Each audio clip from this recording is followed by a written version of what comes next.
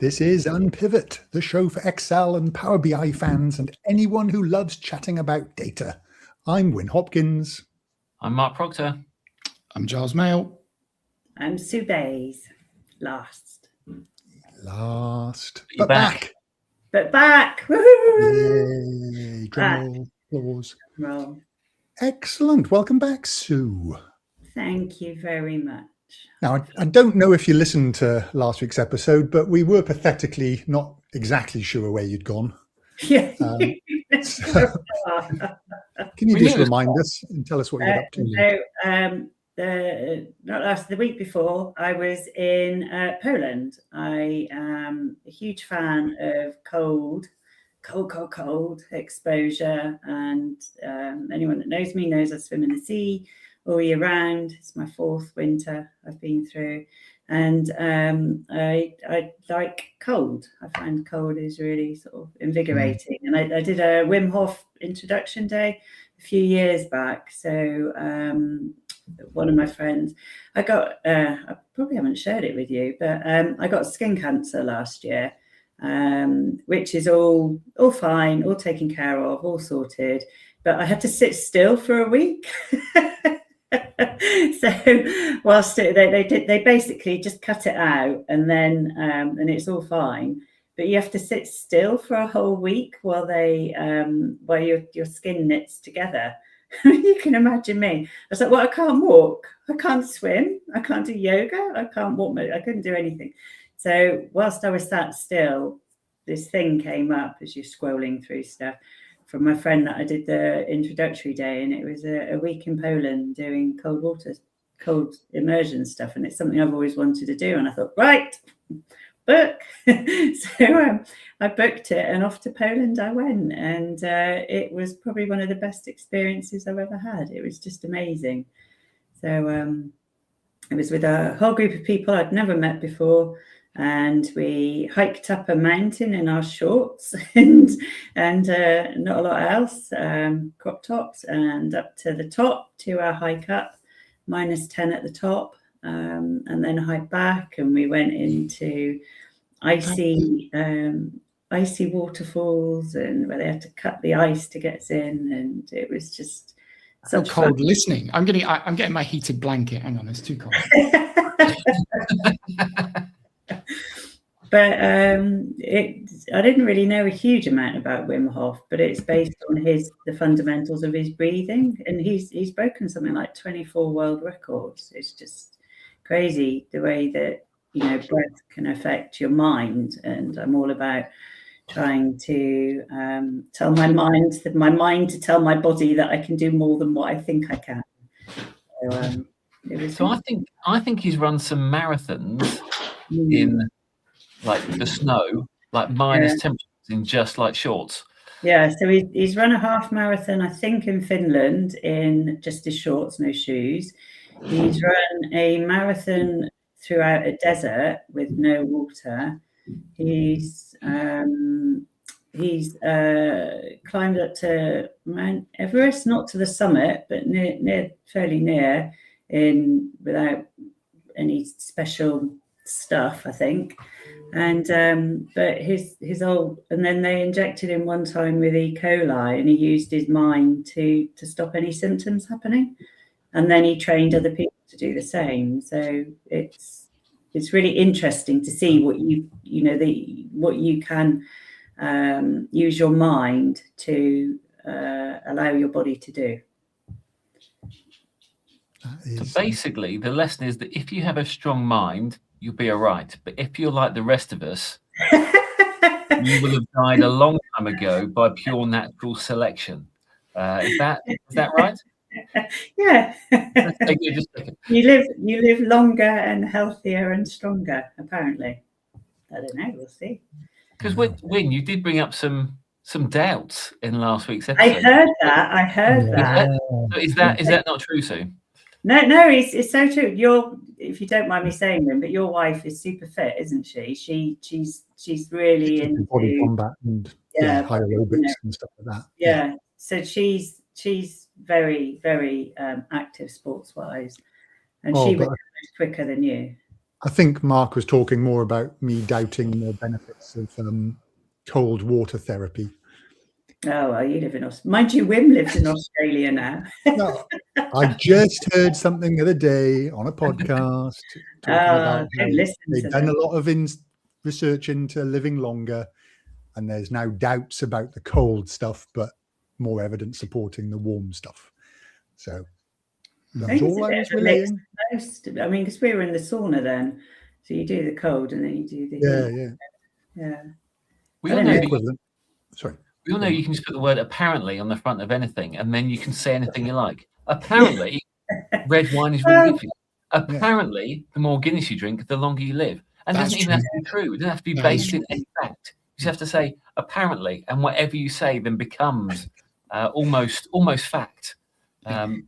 It's broken about 24 world records, though. So I think there is some. There's a proof in the pudding. Yeah, proof in the pudding. But it was lots. We just laughed. It was lots and lots and lots of fun. So it was challenging and probably the most extreme thing I've done so far. But really enjoyed it. He did do a TV show, I think, on the BBC about 3 years ago with some celebrities, taking them to various. I think they probably went through a similar thing that you did. And one of the things they had to do was so a lake was frozen over, and they had to swim under the frozen bit of the lake and then pop up at the right point. Yeah. And going under the water, it took these celebrities 10 seconds, if that, to swim this distance. But he kind of said, I'll show you how it's done. He went down, had a little swim, and then just kind of came out at some other point. I think that's one of the records that he holds. But yeah, it's just incredible. turning the heating on my electric blanket up from 4 to 6 off the back of that edition. I'm impressed you own an electric blanket, actually, Giles. That's all cozied up. Yeah. No heating in your conservatory. It's just well, that's the thing. But I do just use it in the lounge. Before I jumped on, that's why I was a bit late. I was just cuddled up with the dog with the heated blanket, and I thought, I will get up and join the Unpivot group. Talk about cold stuff. Yeah.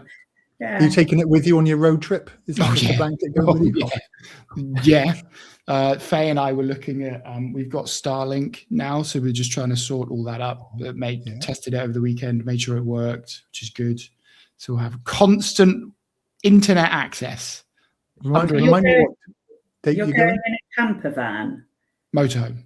Motorhome For the first part. We'll go and meet the London Excel meetup group in Amsterdam. We'll be in Bruges for a bit. And onwards and upwards from there. Be great. What's the difference between a camper van and a motorhome?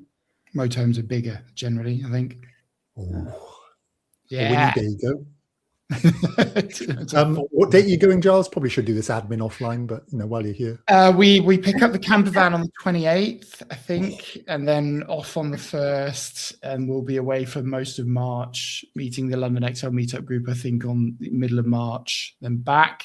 A little bit of a break because Faye's going skiing for the 400th time this year. And then we will do the UK tour up to Scotland and back down. Ready for the Global Excel Summit, where I will see the three of you.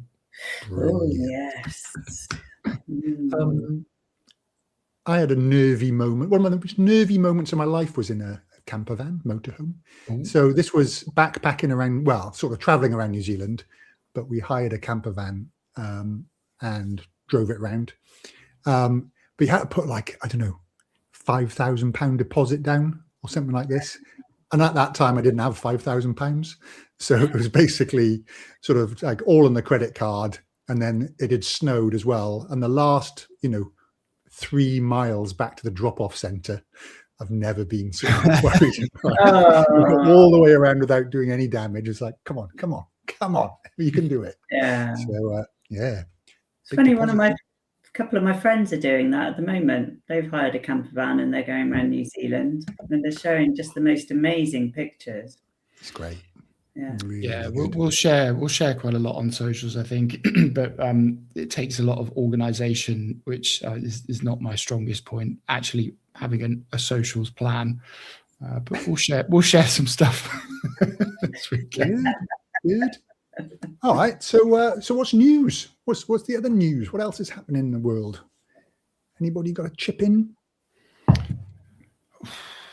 Has anything Breaking happened? news or normal news? I'm not sure a lot has happened. Well, all right. I'm going to chip in then with. I saw the little preview feature to the Excel World Championships documentary. Oh, very exciting! It looks so well done. Honestly, so for context, there we had a team of, I think there were 10 people as part of this awesome documentary crew in Vegas. So they followed us all around. A group of us went to Utah afterwards and rented this huge villa, which was mad. And they came there. So they focused on about 7 or 8 people, I think. One of them was me, but then it was like Dim, Michael Jarman, the Bobergs, Nick and Ella Boberg, a handful of other people. But they've got some hopefully really cool story arcs. And they just picked the perfect year because the whole story with Dim winning, I think, and everybody wanting him to win is going to make such a good story for the documentary. But yeah, that was a professional setup for the documentary. It almost wanted me to join in. Almost. Like, oh, that looks really cool. I could do that.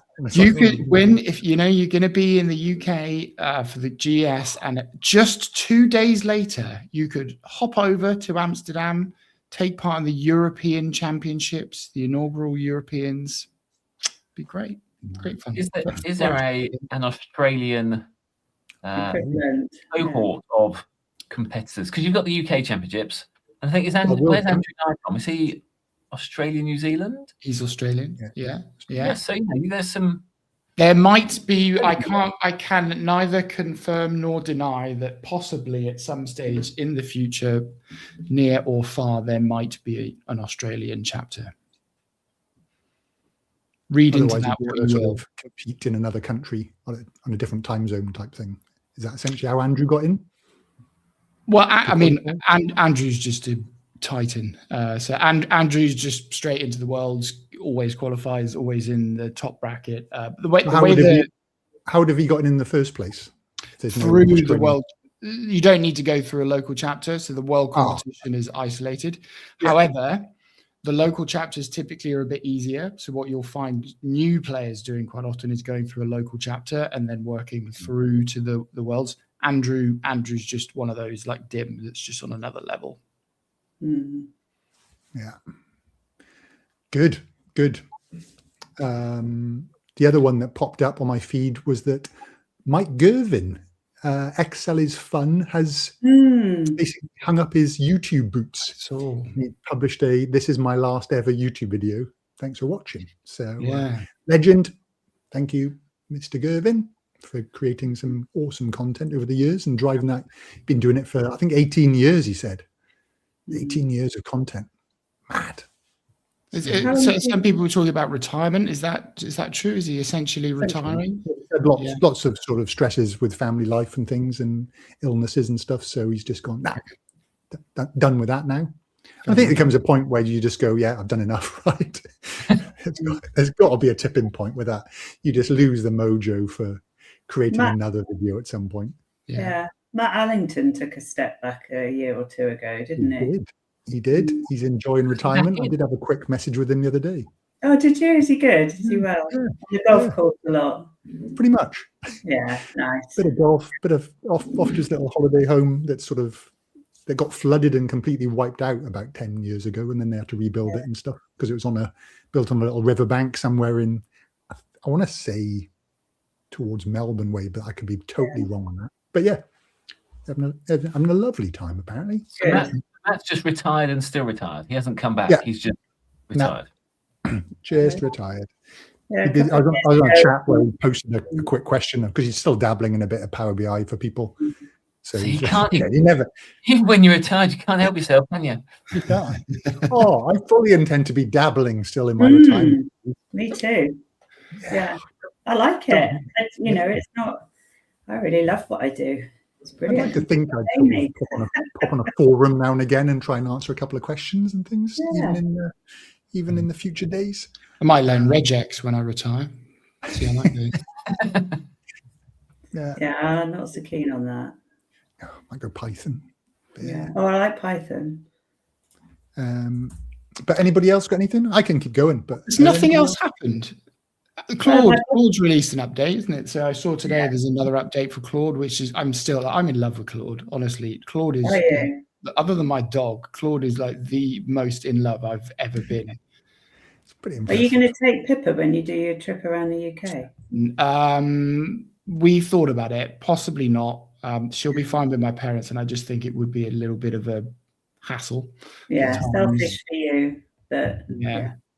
Can I just pick you up on one thing there, Just? I don't think it counts as love if you have to pay for it. Just saying. Just put it out there. Now, there are many ways this conversation could go. Yes, and I'm very conscious that I have to consciously think of my filter in situations like this. So I will just acknowledge that there is some truth in that statement. Yeah, we're not. £100 a month is very cheap. Very cheap. If we're in the pub, we can go one way. The various sort of my own experience with Claude and ChatGPT and all recently, and Excel agent mode, and all the sort of buzz around the newer models and extra things I've been reading. It does seem there's been a bit of a step in the last month. Yeah. Also, people with big predictions about, this is a major shift, and the way things are going. The models are now being used to code the next version of the models, which then iterates quicker and makes them better, and so on and so on. And it's just like going to go exponentially more useful and powerful, and concerning. Yeah. We had Daniel Ottiker, who's the creator of Tablet Editor, on last night on our meetup group, and I haven't used Claude yet. I've been ChatGPT, so that's my thing that I need to try is Claude. And he pulled up Claude to show how he was coding with Claude, or how you could code with Claude to use C#. So he was asking it some questions about Tablet Editor and how to create something using C# script to be used in Tablet Editor, and and Claude got the sometimes it thinks there is a function that you can use in one thing that you can't. And he said, well, that won't work. So we said to it, this won't work. And Claude came back to him and said, I don't know why you're asking me. This is you. And basically you're the creator of Tablet Editor, so you should know. It was really funny. And so, it was good. Yeah. From an Excel perspective, some of the challenges are actually around the fact that Claude and agent mode, they use the Office.js document object model, which was introduced 10, 15 years ago, and is a bit patchy in places. Yeah. So effectively it's kind of got the same scope as Office scripts in the fact that it can't do everything that you could do with VBA. It can't do everything that you can do in Excel. So there's still gaps even if you get your LLM to work perfectly, understand exactly what you want, it still can't implement all that stuff because the document object model doesn't cover everything that you can do in Excel. So there's still gaps and challenges just from legacy stuff from 15 years ago as to how those changes are actually implemented in the workbook. I do agree with you, Wim, there. I think in the last month there has been a shift. That the stuff that was annoying me about the overhype 6 months ago, I kind of feel like we're now where that hype was 6 months ago, which is really interesting. But obviously now we're probably going to get another wave of hype, which is going to wind me up because it will be 6 months ahead. But something's changed. Yeah. So are you playing with Copilot in Fabric or at all? Are you trying that out? Really? No, I tend to no, not really. Yeah. I tend to sort of work outside of Fabric for what I need, and then so I do quite a bit of Python code for various things. So I tend to use ChatGPT to help me with the Python, and then use it within Fabric. The ideal with that is that you know what you're paying for, right? Yeah. You know, it's a fixed cost, and you're not suddenly going to use up the client's capacity by writing I got really stung when I was prepping for SQL Bits last year, because I did a session on how to use OpenAI for sentiment analysis, where I was sending tokens back and forth and iterating over models to prep it and practice and practice. I got a huge bill. We're talking hundreds. So, I know. I did go back and it was resolved for me, but it was crazy how easy it is to run up costs if you aren't careful. In terms of picking like tools and models, because I almost feel like the majority of people who are going to have an AI-enabled application of some kind, it's most likely to be Copilot, because that's where the security bit is already baked into Microsoft infrastructure. From a license perspective, it's easier. So I kind of feel like, well, even if it's not the case now, the majority of people will be using Copilot in some way, which then gives a challenge in terms of using Claude and other tools. If you're trying to train people, like using a tool that the majority of people probably won't have, but it might help me, but then if I'm trying to train others, it's kind of like I've now got to use some other tool. So is it almost worth downgrading, but not using Claude purely so you can have the same expectation and experience as people who you're training, or is it the case that you then need both? I've got quite a strong view on that. So, I mean, firstly, that the agent mode in Excel is linked to Claude. So I guess that is one route you can get through to, the Claude LLM anyway. Toggle, can't you? Between but I also just think, I mean, if let's say that Claude through Microsoft's agent for some reason isn't as good as just Claude's own add-in, which wouldn't shock me, to be honest. I think if Claude is like noticeably better for a sustained period of time, I do reckon companies will eventually go, actually, do you know what? We need to embed Claude like as an alternative to Copilot. Like the thing we're still hearing, because Faye and I are going to be, stepping into this territory quite a lot this year, is there's a huge amount of pressure from companies who've invested a lot of money to use Copilot. And then when you speak to the teams on the ground, they have no idea how to use it. And the companies don't know how to use it. So there's this crazy gap in the middle where money's being invested, people are being told, go and use Copilot. And then the people are just going, I don't know. What am I supposed to do with this thing?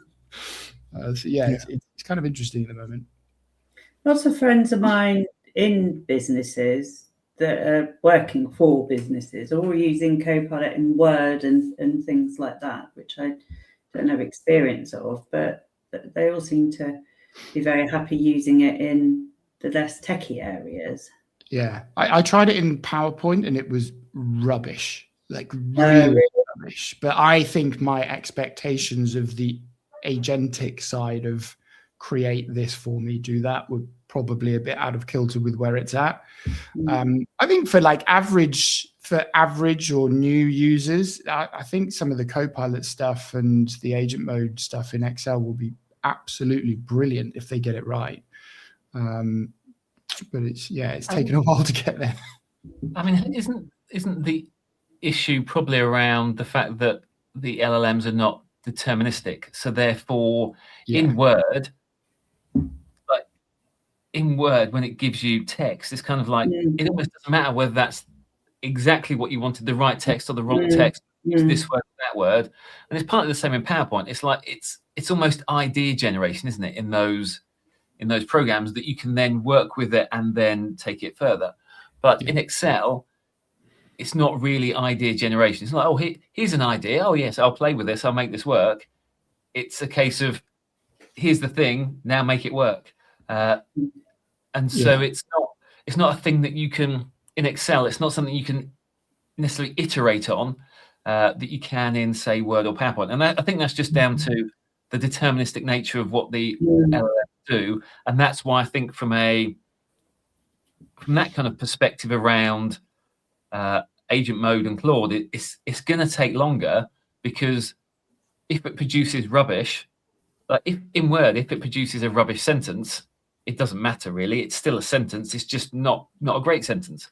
But in Excel or somewhere else, if it produces a rubbish function, it just doesn't work. So Totally I think right. it takes the models will just take longer and longer for those things to train.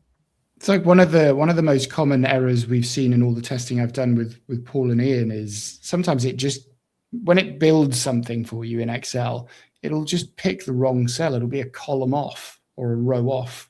And that was across all the tools we tested, which, to your point, Mark, is not okay when you're building a project finance model. You can't have that get it wrong once out of 10 times. That's bonkers. But in Word, you could. Yeah, in Excel, it's either right or wrong. You can't. I found a similar thing with Power BI. It's just, and I'm waiting for that moment where I just go, oh, okay, I'm worried now in terms of people just not needing me, because it's been like, build this and add this, and then it either hasn't used your measure you already built. Why wouldn't you? It's obvious. I want to use my measure that I've already built rather than just using an implicit measure. Or it's the title of the visual is January sales, but there's simply no filter on there for January at all. So it's just total sales, but the title says January sales because it built the January sales card visual. So it's just like all those little things. You've only got so many jabs and takes at that before you just lose confidence and give up. And then it takes somebody to go, oh, there's been a leap. For you to go, oh, I'll dabble back in again and have another go and see what it does. And then you go, oh, okay, this is getting seriously good now. It's doing what I expect on the first or second go, and not spending hours reiterating. But I've found similar stuff in Excel with just doing, okay, create a table. All right, format that column. Okay, now do this, now do that. Okay, I don't want that. And it actually works really well now in terms of iterating over the mistakes it makes, whereas 6 months ago, you'd reiterate and it'd redo everything, and then it would just be something. Stop changing everything. Although yesterday it did actually just wipe out a whole bunch of work I had on a spreadsheet when I asked it to build a table, because it just chucked it straight on top of where the old one was and just wiped it all out. And I'm not sure even undo works because you have to have autosave on as well. So I'm not sure. What was that? What were you using? Agent or Claude? Or agent mode. Agent, okay. And just went. I don't think you need to worry, Win. How long has Power Query been in existence? 10, 15, 12 years. And I think we're all agreed that any business that's using Excel and data that isn't using Power Query is seriously uncompetitive and not utilizing the skills. And that's Power Query, and it's 10 and 15 years old. I think my biggest worry from from a lot of conversations I'm having with people and companies is people are seeing AI as the fix. So to your point about Power Query, if you've got a finance team that is manually copying and pasting stuff 100 times a month into Excel, they've never heard of Power Query, AI is not the fix. So it could be, but the first fix is just to get all the other skills up to date. But I don't know if Mark or Win or Sue, if you've seen that. For me, it's just everybody's going, oh, wow, AI, we've got to use it. But you're just going to accelerate bad practices if nobody knows what they're doing. But it's sorry, Mark, we were at this conference all about data in the States, and we were talking to them, and I think I mentioned it before, about the difference between automation and an AI. And, it's two very different things. AI can't give you, it needs a concept, it needs to understand. It's not just throw AI at it and it'll fix it. It needs guardrails. It's not that far off where you just go into AI and you say agent mode, you say, okay, this is what I'm doing every month. How do I automate this so I don't have to do this every month? And it won't just give you the instructions, it'll build the whole thing and do a damn good job building it within the next, I reckon, within 2 years. And you go, okay. Are you retiring with? A bit of a concern. But I think the thing that I haven't seen a lot of research on, definitely recently, is actually the total time of a task.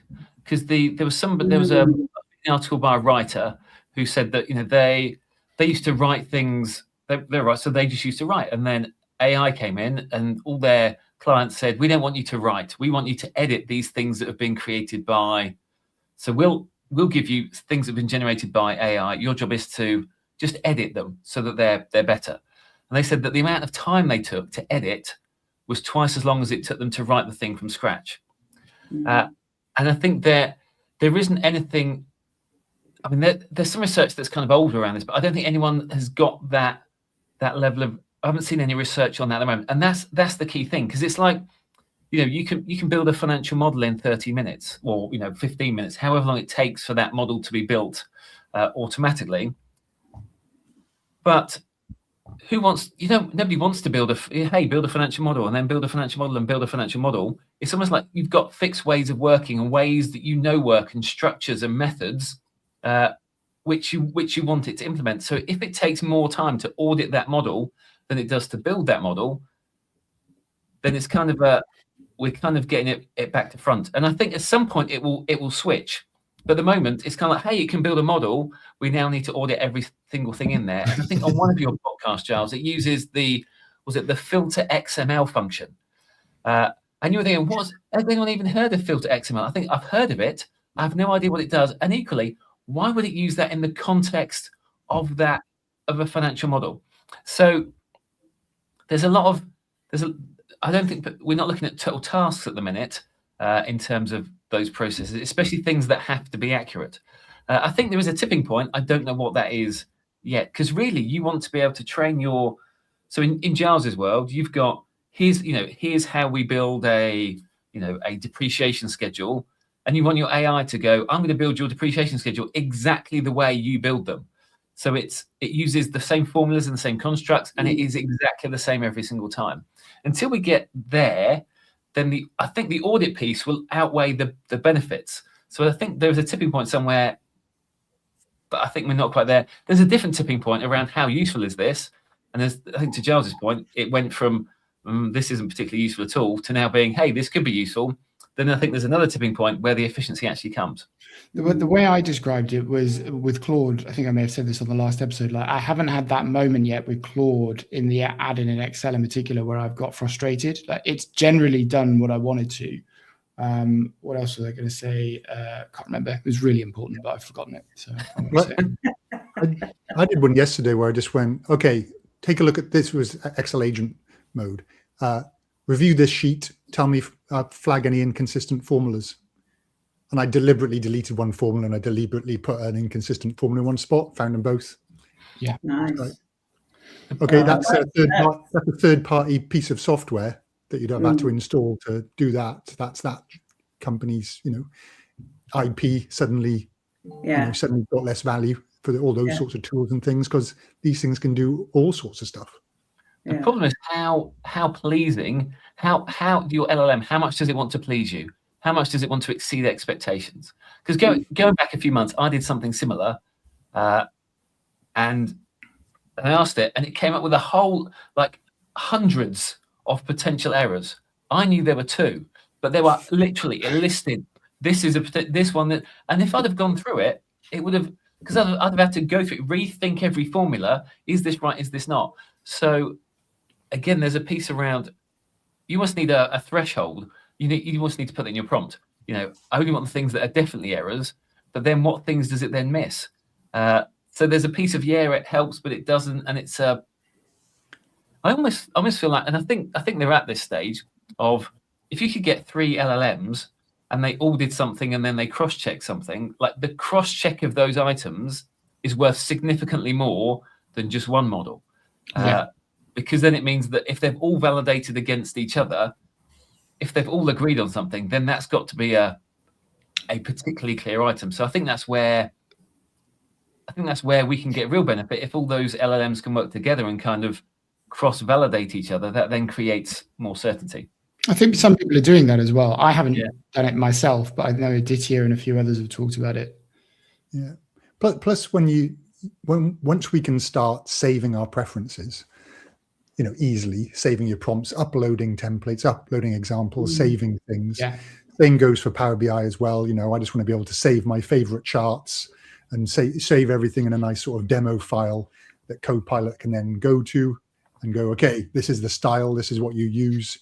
Did something similar for Word today with, you know, creating a style guide from our existing templates, saved it into a Claude project, which is just a fancy way of storing these elements. And then you just write your queries against that, and it references back to those sort of underlying skills and knowledge base sort of thing. And everything just works better the way you intend it without having to put the world's longest prompt every time. I think that's it, isn't it? It's giving it guardrails, and it's giving it context, and it's working with it to ensure that you get the results. And a lot of people seem to think, you know, AI will do that without understanding that you have to give it those examples and framing and guardrails. One of my colleagues who's sort of into the... Oh, sorry, Mark. But once it gets to that point, why do you need Power BI? Why do you need Excel? Because if you've got, if you just give it, you just point it at data, and then if you can get a clear enough prompt they can follow, it goes straight from data to whatever you want at the end. You don't need Power BI, you don't need Excel, you don't need anything. It's just, it generates that thing in and of itself. Surely that's kind of the end. Like, it's the ultimate Excel killer, because it will make everything not required. It's the business logic that you have to, that's the missing piece, that you have to teach it, which is where sort of Microsoft started to go with that crazily named, what did they call it? Oh, I can't even remember what they called it, but it's that graph sort of piece where, you know, you got to document how every piece of your business links to every other piece of your data model estate, and then AI can have a field day, right? But the amount of work you have to put in to say, okay, in this model, we call this customer and it's important for these people and this reason, but the definition of customer over here is different. But we call them both and some other thing. And you have to sort of tell it all those things so that it can then run intelligently on top of it. Without that sort of business logic of even like a semantic model in Power BI, you know, that this links to that and this rolls up into these things. You know, that sort of logical piece is what we're still needed for. It's that word. You were thinking of a thing that we talked about a while ago, didn't we? What was it called? It was all about the meaning of words. It wasn't semantic. Oh, what was it? No. That's going to drive me nuts. Yes. This week's call-in, folks, on 02 222 555 is, what is that word Wim and Giles are thinking of? What's the word? Was it orthological or something? Ontology. Ontology. It was Ontology. There we go. Ontological. Yes. So look at that. That's hive mentality. All of us working together to get the solution. What I do find really interesting is there's still money being thrown at like the financial modeling world. There was another company that raised like $10 million or something last week. It was announced through Paul and a few other people. There's still money being thrown at this, which I struggle to understand when the LLM themselves are doing such incredible stuff. And this one that was just released is external to Excel. And 3 months ago, I wouldn't have vouched for an Excel-like tool that's external to Excel. But I guess we are heading to that point that you just described, where being in Excel doesn't really matter. If you're external to Excel as the single tool, you can do the Power BI versus Excel versus SQL versus whatever database cloud stuff. It's probably better in the long run to be arm's length to any individual tool and just lean on them as you need to, I guess. Also, I want some of this money. Like, why does everybody keep throwing millions of dollars? Can we just start an add-in? Unpivot Excel, let's call it that. Yeah. I want millions. It is a thing that, you know, the speed with which stuff is going to change now. It's a tough ask to spend money on a platform based on a model or a something or another, because in 12 months time it could be redundant. It's really good. You know, yeah. Anyway, can I have a moan about some stuff as well? Go ahead. First of all, Chandeep just posted the other day on LinkedIn. He just commented on someone's post. Amazing coincidence that your post and images exactly match mine from last week. So somebody who just ripped it off word for word, didn't even bother changing anything. Can we add a name and shame feature on this podcast? Who was it? I know we're not sort of raging on LinkedIn anymore, but yeah, it's pretty poor, isn't it? Right, we're not on LinkedIn. Do whatever we want here. Yeah, true. I haven't got a link. I noticed it the other week. And then the other one that's getting me, first of all, public service announcement. UK passport holders who live overseas. No, sorry, not passport. Citizens, you have to get a UK passport now. There you go. Just letting you know. If you were born in the UK and live overseas and you can't travel to the UK on your own country's passport anymore, you have to get a UK passport. There you go. Just because I've been doing that last week, it just really annoyed me. And what's your views on in-app advertising? And when I say app, I mean in Excel, in Power BI, advertising for other products like Teams. Or didn't I see something that I think this is true? I'm now wondering whether I've dreamt it, but Chat GPT, the free version, is now going to have advertising on it going forward. So they said it's not going to affect your outcome, the result that you get, but it will have advertising, which let's face it, was always going to happen. Not with Anthropic, it's not. So you see the marketing campaign from Anthropic was literally taking the mickey out of OpenAI, saying you won't find any ads here. It's funny. Well, I mean, that's fine as long as they make profits, right? But if they don't make any profits, then they're going to have to look for other options. I mean, Anthropic have just raised another 30 billion, I think, was it? So they'll be all right for a while. Yes, but in terms of in tools, I think if I've paid for a tool, I do not want advertising because. But it pops up in all tools now. It's like, come to our conference, upgrade now. It's there, and it's just something else to click. So I don't need advertising for things that are not the tool that I'm in. I'm okay with a pop-up that says, "Hey, we got this new feature. Have you tried it?" I'm okay with that. Chances are I'm going to click ignore and then forget it was ever a new feature. But no, there shouldn't be advertising in a tool that you've paid for. Agreed. I'd love to know the click-through rate on those pop-ups that just say there's a new feature. I wonder what the actual engagement rate is on those, because I just same close. What was that again? But no, the one that triggered it was in Power BI. I was working on just a normal data flow in a Power BI Pro workspace, and it was prompting me to upgrade to data flow Gen 2. Yeah. Which is a Fabric item, and you have to pay for Fabric. So you can't even sign up for it. You can't even use it. So it was just like a bit of a glitch, but I don't like the idea of just saying, I had that yesterday. I was like, why would I want to do that? I haven't got Fabric in this particular capacity. Who's the audience for that? Because either it's people who don't know about Dataflow Gen 2 and therefore just going to mindlessly click it in the hope that it does something. Yeah, it would be Gen 1, Gen 2. Well, that's the upgrade. I'll go for that. Yeah. Why wouldn't I click it and upgrade, which is really dangerous. So that's a terrible, terrible idea. Or you're just advertising to people who already know about Gen 2 and therefore have made it a conscious decision not to upgrade to Gen 2. So they make some weird decisions in Microsoft, honestly. Yeah.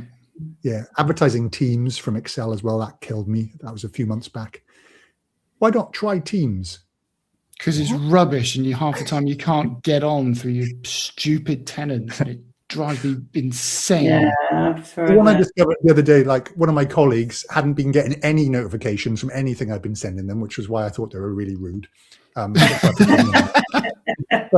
like all their channels were hidden. All their Teams channels were hidden, and they don't get any notifications in hidden channels. So I had to show them how they can sort of go show channels, then click show on every single one so that they've got access to all of them, and then the messages will start popping up. But just little things like that. Just like, you sure they've done it? It wasn't a deliberate thing, Wim? I'd like to give them the benefit of the doubt. Got how many notifications from Wim? Yeah. How do I hide? Let's look at one of his videos. So he'll show me how to hide. I have no idea how those got hidden. Right. Okay. Sorry, that's my gripes. I think we got a new little new feature, and I have got a jingle. It's a work in progress, but folks to follow. Who do we recommend folks to follow this month? Yeah. So hold on. It's not my. I've not got the paid version of Suno AI anymore, so I've not got as many iterations. It's not Wim's best work. Not my best work, but work in progress. So first time, here we go.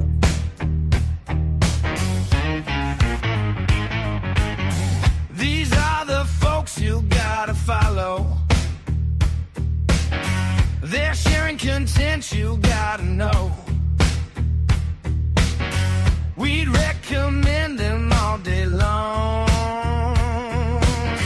That's the end of this intro song. Oh, folks to follow. I've got a couple of better ones in the works, but nice little start. I'm just going to jump straight in with, even though he's just retired, make sure you follow Mike Girvin. Oh, yeah. I would say, just when I say follow Mike Girvin, I mean subscribe to or go along and join and look at ExcelIsFun on YouTube. So that's my little recommendation for this this week. Anybody else? I've got one. So a lady called Peeraya Apiwat. She works for Forvis Mazars. And so what I love is when you find people that are just sharing content because they're interested, they're passionate. There's no goal, there's no strategy. She's just sharing good stuff. So she's been learning Power Query, and she's essentially like set up her own website, and she's just blogging everything she's learning from basics, and eventually she'll get through. But she's putting a huge amount of effort into all of these screenshots, and I think stuff like that should be called out. Like just genuinely passionate, starting entry level Power Query, and she'll go into more advanced stuff. It's cool. So I'll share the link. Give her a follow. Yes, please do. Thank you, Giles. Kurt Buhler. Kurtbuhler, otherwise known as Data Goblin. He is heavily linked with SQL BI and with Tablet Editor. But the most wonderful thing about Kurt is the care and attention that he puts into his blog posts and his articles and his discussions. He has lovely graphics. I don't know if he does it himself or he uses someone, but they're beautifully written, beautifully illustrated, and every one of his blogs is not only a work of art, but it is so helpful, and it's written in a manner that's he's very highly technically, but he always writes his articles in a way that anyone can understand them. So he's an absolute genius to follow and a joy to read. I will go with Matt Brattin. I think it's Brattin. I think that's the correct pronunciation. So he is I think originally he kind of was on TikTok quite a lot, but also he's kind of he disappeared for a while, set up a few companies, but he's now posting back on LinkedIn again. So he's a former finance director / CFO who does talk a lot about Excel, but talks about Excel from a perspective of how does it benefit the team rather than you going gung-ho and doing whatever you like. How do you bring your, how do you get your team to come with you? One of his points is you can implement as many lambdas as you want, as long as your team are like, yes, we can do this, we will understand this. So he has some great perspectives, especially in terms of how, although he doesn't use this phrase, how do you stop that kind of key man dependency? How do you take all your team together on that journey? So yeah, Matt Brattin, just some great perspectives on things from kind of in the trenches as a FD CFO who mastered it himself, and then obviously he's had people that have worked for him as well. I do disagree with him about his no mouse club. As in, let's just use shortcuts. He's not going to get me on board with that. But, if we take that away, everything else is pretty sound. He's funny too. He's done some really funny videos. Good. Great recommendations, folks. And that leaves us 8 minutes for question of the week. Yeah. What are we talking about? No, I'm going to go with the, again, quick jingle, original OG jingle. Here we go. It's a question, it's a question, it's the question of the day. It's a question, it's a question, it's the question of the day. Right. Lovely. Okay. Do you struggle to learn? No. If so, any tips? And if you don't, any tips? So, Giles, you just type straight in then. So photographic memory, just nail it all the time. Actually, the opposite. I really struggle to learn and remember stuff. That's why I like the esports, because it kind of ingrains the stress into you immediately. Yeah. Do you think? And I'll also add to that, because it's part of the thing I suddenly thought of the other day was when I was thinking about this was, has that changed over time? Your learning ability or your techniques? So I feel like I've got this weird inverse relationship with myself on this, because I am more motivated now to learn than I've ever been. And yet I do feel like my brain is that of somebody strongly entering middle age. So when I was younger, I think the desire was less, but my ability to retain information was probably much stronger. And now that I want to, it's a bit like with running and everything else. I want to do it, but the body is giving up on me slowly. Too much Guinness. But I think that's what's keeping me alive, to be honest. Take that away, what have I got? Yeah. Apart from a warm blanket. What? Take his blanket and his Guinness. Just game over. Such an old man. My God. Sue, do you want to? What's your thoughts? So I think I'd like certifications. I like to achieve things and complete things. If you put me in front of a course and there's 10 and I need 10 ticks, then I'll get 10 ticks. I like that kudos of thing, but I don't do as much of that anymore at the moment, because I sort of have got to a point where I'm comfortable-ish with the basics. And at the moment, what I tend to do is I learn things for a business need or for a personal need. So if I've got something I'm interested in, then private, running, nutrition, etc., then I use that desire to do something to learn Python skills for it, or BI, or whatever it is, and I'm always looking at what's happening, but I only delve deeper into it if I have a commercial need to do so. So like the office scripts, I needed to know how to do something, so I found out how to do it, and then I'm not bothered with that anymore. So it's different levels for me. Functional to get to a point where I've got a solid base and I'm happy, and then I'll either go off and explore different things depending upon commercial or business or personal reasons. So would you have been doing regular certification type stuff over the last 10 years then? Have you sort of kept chipping away constantly? And therefore maybe your brain's still in that sort of space. I've got my all of my PowerBI ones, Fabric ones, DP600, DP700.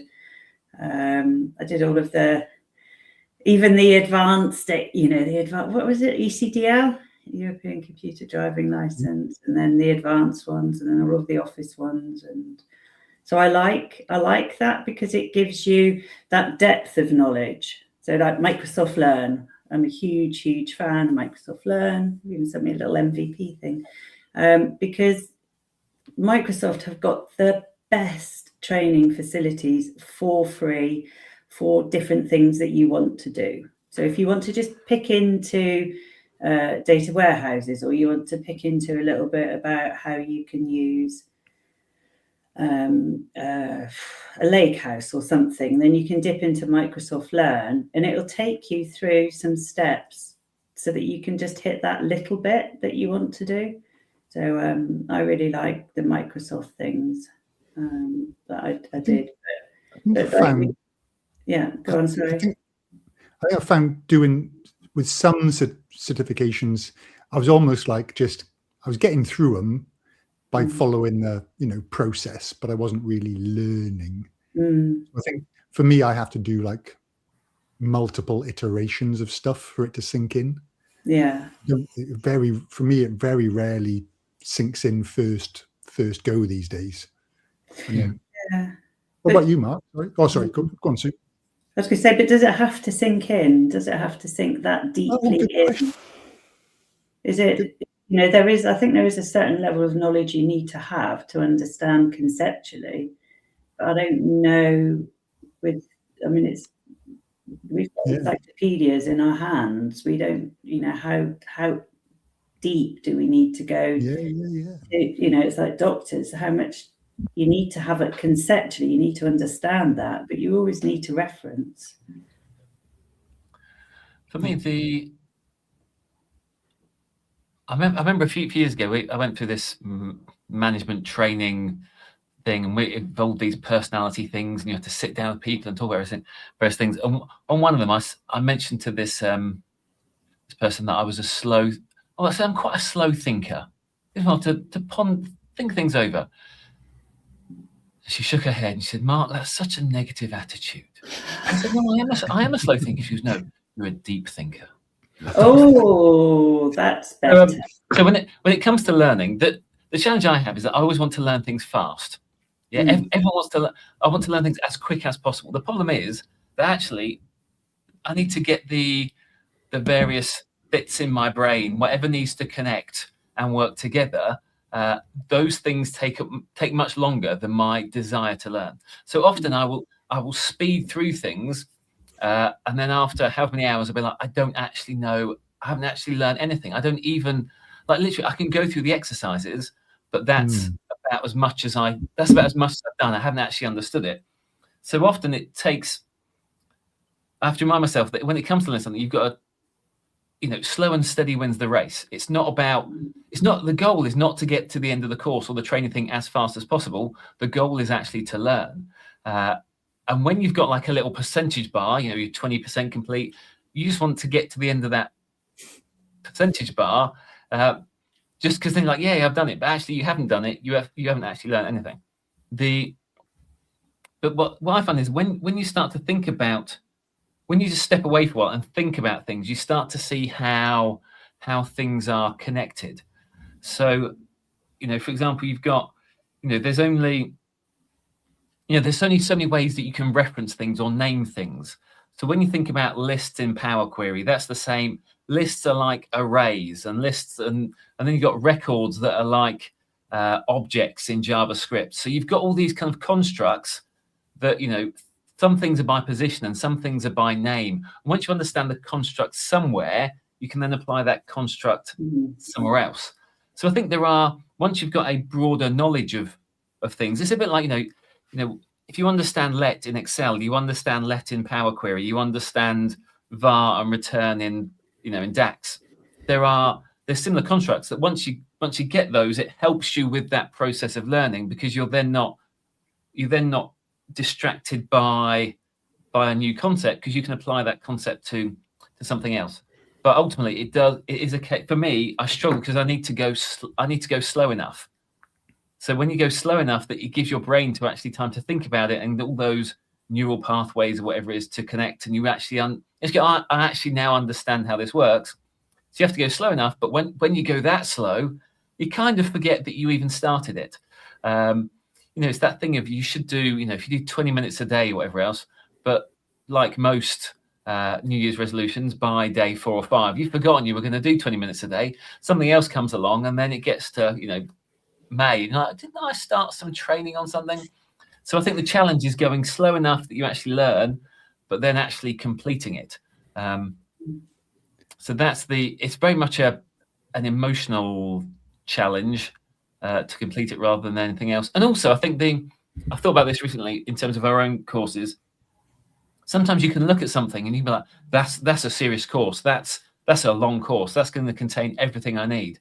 But equally, the speed you have to go through that course, because it might go from beginner to advanced, is actually, if you start at the beginner level, it might take you a whole year to go through that course, because actually you've got to understand the beginner concepts and practice those and implement those before you then move on to the next bit and the next bit. And if somebody just speed watches through a beginner to advanced course, they're going to come away with nothing because they didn't actually apply anything or practice anything. Yeah. So it's just about going slow, and going slow becomes a challenge to maintain motivation.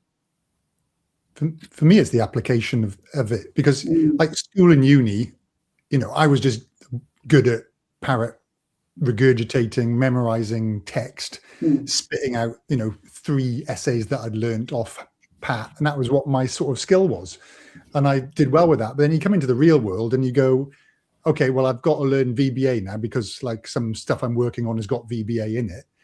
And it was really just, you know, I can't pick up a book on VBA and learn it. I have to start just hacking around and playing and bashing through it and stuffing up and learning that way, hands-on. Otherwise, I never had the sort of, my brain just didn't work that way. I could regurgitate stuff without the understanding, but that doesn't put you in any good stead for real practical sort of skills in, you know, our world now. I don't think it's always hands-on. You've got a need, as Sue says, there's some need to do it that motivates you, and it interests you what you're actually doing as well. And those two things come together, and you can come up with some magical solutions to the thing, and you learn along the way. And that's always been the way I learn now.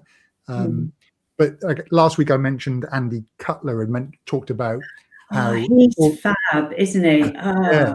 All the hits you get from picking up your mobile phone now, your little dopamine hits, those sort of give you instant reward within minutes. Yeah. Whereas learning is a long-term reward. It's like you get benefit a day, a week later after learning it.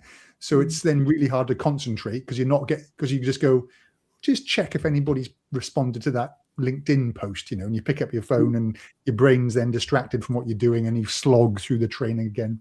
So I'm just wondering if there's sort of like, apart from just locking your phone up, or Giles's brick that he doesn't use, whatever it's called, the vault. Still not using you know, is there a better technique than just hands-on practicing? Is that what you've got to do? I find the hands-on practicing really helps.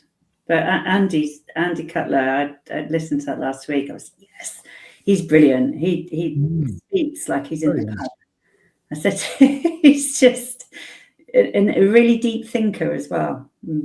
Deep thinker. Like Mark. Like Mark. Deep thinker like Mark. This is going back a long way, maybe even a decade.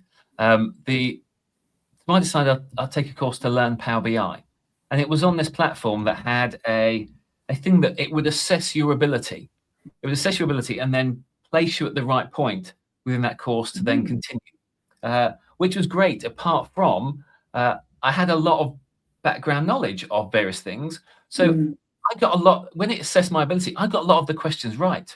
And it then dropped me into a point I had no idea what I was doing. I had no idea about the user interface, but it asked me because the questions were like, did I understand Power Query? Did I understand that? Yeah, I could answer those DAX questions. I could. So it dumped me at a point where it was like, I don't know what I'm clicking. So through this thing that was effectively trying to shortcut my learning process, it meant that actually I then went, Power BI is too hard.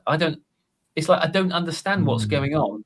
So after 2 hours of going through these lessons, I was like, I've literally got no idea.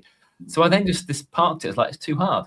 And actually it turns out it wasn't too hard. It's just the fact that I've been dropped in at the wrong point. And that, I mean, I suppose that's often a barrier to learning as well, in the fact that you can easily get dropped in at the wrong point of something. You assume certain skills that you don't have. So therefore you can't learn because actually your basics aren't even good enough. And that when I see people on forums recommending definitive DAX to people who ask, where do I learn DAX? Not there. And I'm always like, oh, that's chucking people in the deep end. Not there. I've got it. It's absolutely brilliant. But I always say it's not your first, it depends where you're coming from. No. But it's not your, if you want to start learning DAX, not there. Because, I mean, they're brilliant, and they go through the whole theory of why you should do things a certain way to make it quicker and to be more efficient and to be optimal. But, Matt Allington is one of the first people I learned DAX from, and his brain's gone. The book, Supercharged. Supercharged. Oh, Rob Colley. Oh, yeah, PowerPivot Pro. And yours, Win, your book as well. Thank you.